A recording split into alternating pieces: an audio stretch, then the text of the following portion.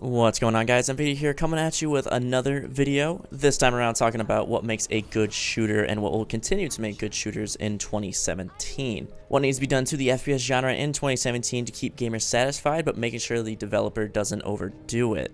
Now that's the question, isn't it? What makes, well, a good shooter?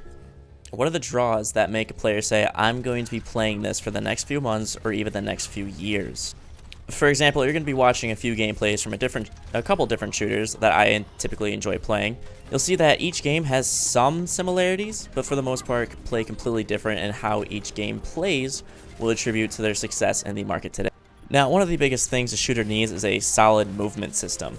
I'm going to be giving my opinion on this because I believe shooters nowadays are trying a little too hard to develop new ways to move around, and that the actual movement system becomes muddy and rushed, and therefore turning into an afterthought during the development process. Without a decent movement system, you have no basis for an FPS title. Games like Destiny and TitanFall 2 do incorporate their movement system so well that it feels like an extension of yourself as opposed to a game mechanic. You just don't really think about it, it's second nature.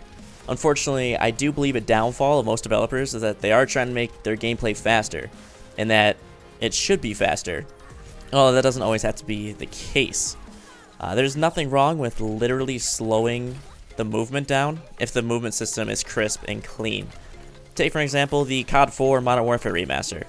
This is 2007 technology, but the gameplay is still fast and it's still very satisfying, and people are still playing it. And because of that, there are rarely any dull moments in the actual gameplay. Another big element that will make a good shooter is the multiplayer or the single player maps that the game actually brings. Sometimes you won't even think about the layout of a map because it's just a multiplayer level. But the game wouldn't be that much fun, would it, if there were 64 players in a Battlefield server and all you got for a map was a sheet of flat land with no elevations, no cover, or anything like that, right? Right. It would be absolutely boring than all get out. Now, I believe that smaller, symmetrical maps are the key that will make a good shooter. Now, I know it's not an FPS title, but I always bring up the League of Legends example when I talk about symmetry and map design, because it's essentially perfect. You have 3 lanes, each one is exactly the same as the next, and then you have those 4 gray zones, or they call them the jungle. I like to call them zones on the map where that will actually make you think. And what I mean by that, it's parts of the map that will make you wonder if I'm safe, make you wonder if it's okay to stay here. A good map should have you constantly thinking about where your flanks are and how to be in an optimal position to get kills, but to achieve safe kills, and as opposed to reckless kills. And eventually, you'll try and get your KD in a more positive light. Something I feel developers are getting away from is diversity when it comes to the weapons and loadouts that they offer. For example, if you're gonna try and shoot and build a Call of Duty-esque type system, then you need to load that game up with the max amount of weapons possible, with the most options for kill streaks, attachments, perks, etc.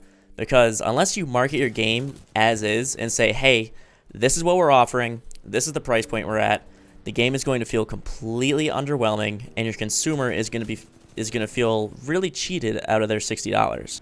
Now, towards a more gameplay aspect kind of things, when it comes to the actual multiplayer, I believe that a distinction, or lack of therefore, of a ranked and social space will make or break a game's lifespan.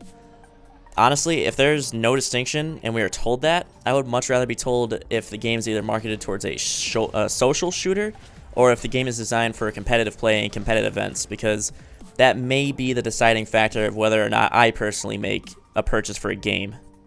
Now, Overwatch does this separation so freaking well that if you just want to chill out and roll some lobbies with a friend or two, and you can. And you can keep going over and over again until you finally had enough. But then on the other side of the coin, if you feel like trying hard and climbing the ladder, then you can. Over and over again. Can you see a pattern here? Also, I don't know about you guys, but to me, it's a pretty big buzzkill when I actually have to physically keep re-queuing after every match and get kicked, every time you get booted from a game back to the main menu and have to keep re-queuing, when all I want to do is queue once, open up Twitter, and while we're in the loading screen, maybe shoot a text, maybe shoot a tweet, and then play the game when it's actually ready and the loading screen is over with.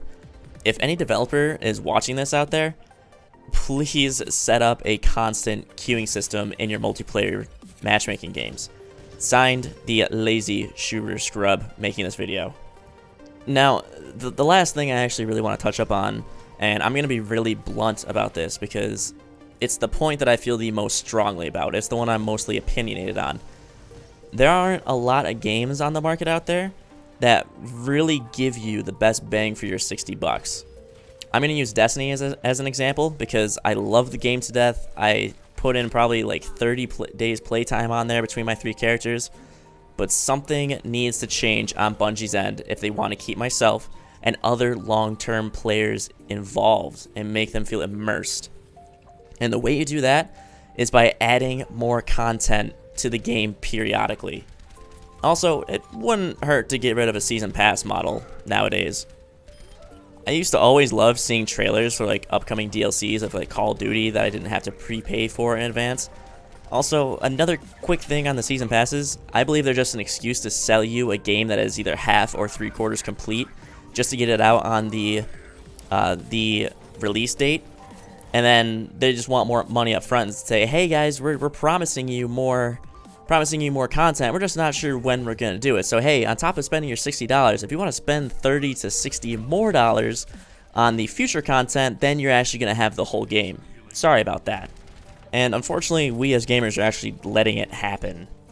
Now, I love what EA and TitanFall 2 are doing because they are periodically adding more content, and the kicker is that it's completely free.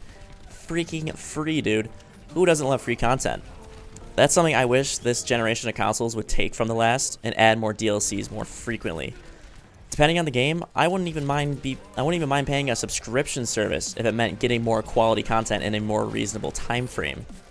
Alright guys, that's what I believe will make a good shooter and what will continue to make the FPS genre even better throughout 2017 and for the further years to come. If you have any opinions on the topic, feel free to leave them in the comment section down below. If you enjoyed the video, please leave a like. It'll help me out a ton. Subscribe if you're new, and as always, I will see you in the next video. Thanks guys.